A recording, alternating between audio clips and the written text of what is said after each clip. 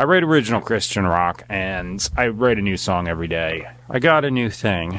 Can I get it in there? Yeah, it's a Boss poly shifter pedal. I do that in my amp modeling stuff, but this is going to not tax the computer so much because it's not attached to the computer aside from the audio cable. I have yet to try it. I just plugged my wireless unit in to see if it would work. And yeah, I use a wireless unit sitting right next to the thing because my chair is a wheeled rolling chair and I roll over the wire perpetually if I don't do that. So, you know, sounds like it dropped.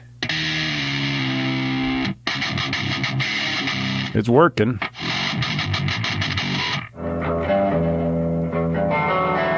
I got this thing yesterday and took it out of the box and set it here, but it was like I was bouncing down all my video files and I couldn't even use the computer because it was all strained and about to die anyway.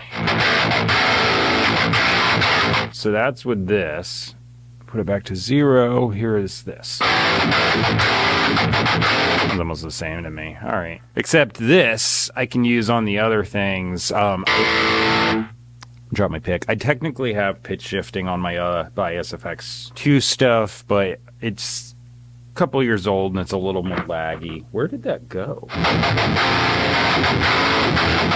Let's set a tempo for what I'm playing. And change over to Modern and Massive 2 on the drums. I've got a loop going, by the way. That's not going to be the final part. I just use it as a metronome because the click sucks. Even if it's a boring drum part, I'd rather play to a drum part. I think I'm just going to track. See what happens. Here I go.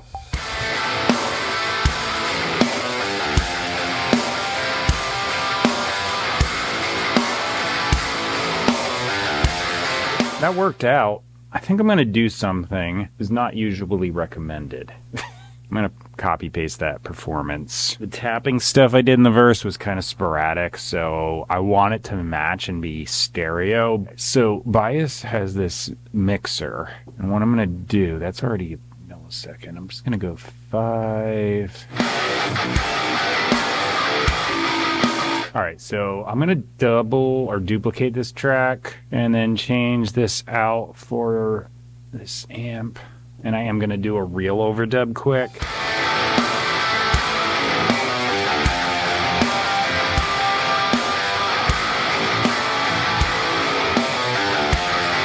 That worked. Halfway through, I turned down that fake overdub. I don't want it to be too loud. I just want it to be enough that it pings those tapping stuff or tapping things I did on the left side over.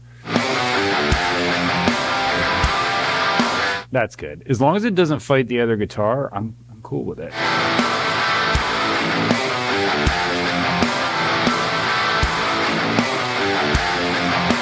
This is going to be chorus. I like to color code these, so there we go. This one has a half chorus intro, and then it goes to the outro of the chorus riff, so I figured I'd just do that. Then I can copy and paste it twice. I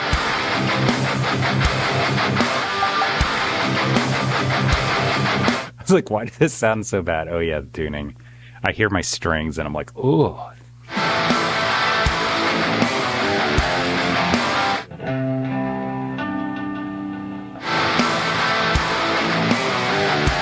Okay, this is cool because I don't have to worry about the tuning. If I was doing these normally, I'd be like, just, you know, a bunch of stuff, but I can just play as if I'm in standard and not give a crap.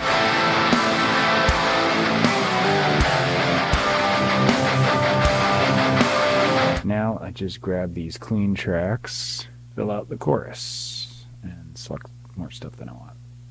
That usually happens too. I'm going to just jump over to a guitar solo track I've got pre-made.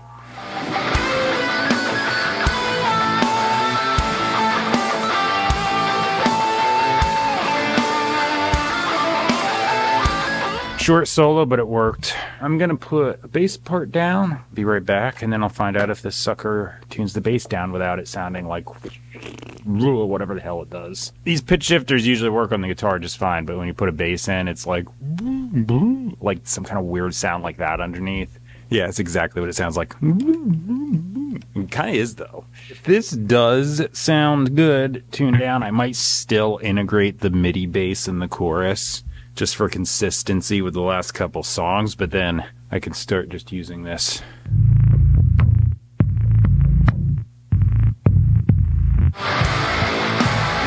So that sucks. It sounds bad. No problem. I'll just do it on the A string, and then I'm going to drop in some low notes with the MIDI bass. It sounds pretty fantastic on the guitar, and I can do all the other tracks without having to fight the computer, so it's still worth it. Here I go. I guess I'll just figure this out as I play it, because I don't know what the hell I'm going to do.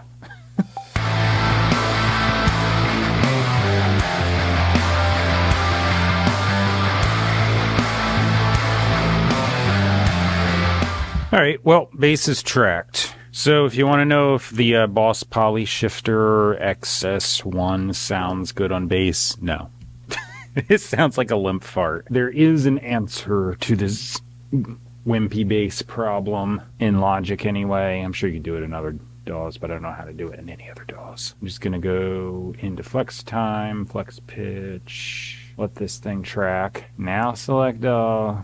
So I'm going to create MIDI track from pitch flex data, and that's going to make a MIDI track. There it is. Well, anyway, I'm going to turn flex pitch right back off because I don't want it to make that sound like...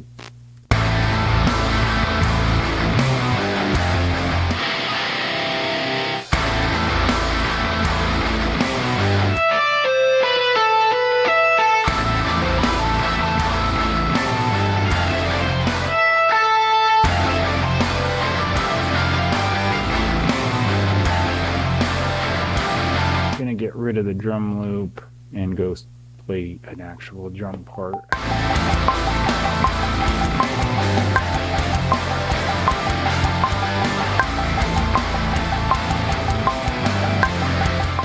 I just slid over and opened up some lyrics. I pre-wrote these with no concept of what I wanted to do with them melody-wise, but they're just here, so if I gotta adjust them, I'll see, but I think I might just try this over the chorus and see if I come up with something good.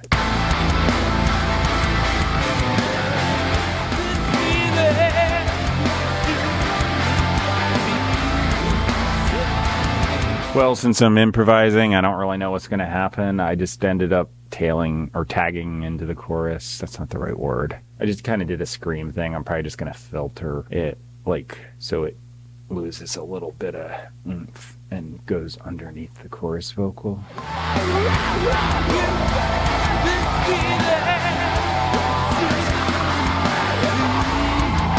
I think for consistency, I'm gonna do a copy paste. Lazy, maybe, I don't know, but certainly can't say the chorus won't be the same. The lyrics I put down, I changed like one word, otherwise I kept them. You know, I wrote before I come out here, so that's good. Also, sometimes when I'm improvising, I'll change stuff. I didn't do that, as far as I can tell, so yeah. I got a titled thing, which involves me picking a title, searching my song list to see if I've already got something named that. In the case I do, I'm like, crap, and then I gotta find another one. The lyrics, though, will be copy-pasted to the bottom of the description box. Then the middle of my description box has a big paragraph. It's just places you can find me online if you want to stream music. And then the top, that's Bible teaching. I say in the beginning it's Christian rock. I don't go on about that. It's not my thing to do that. So I just put this link here. It's a good resource. It's the best stuff I've ever seen. Because it's the best stuff I've ever seen, I put it there if you're looking around, because there's so much bad stuff out there. Lots of subjective things where they're twisting the meaning, text out of context,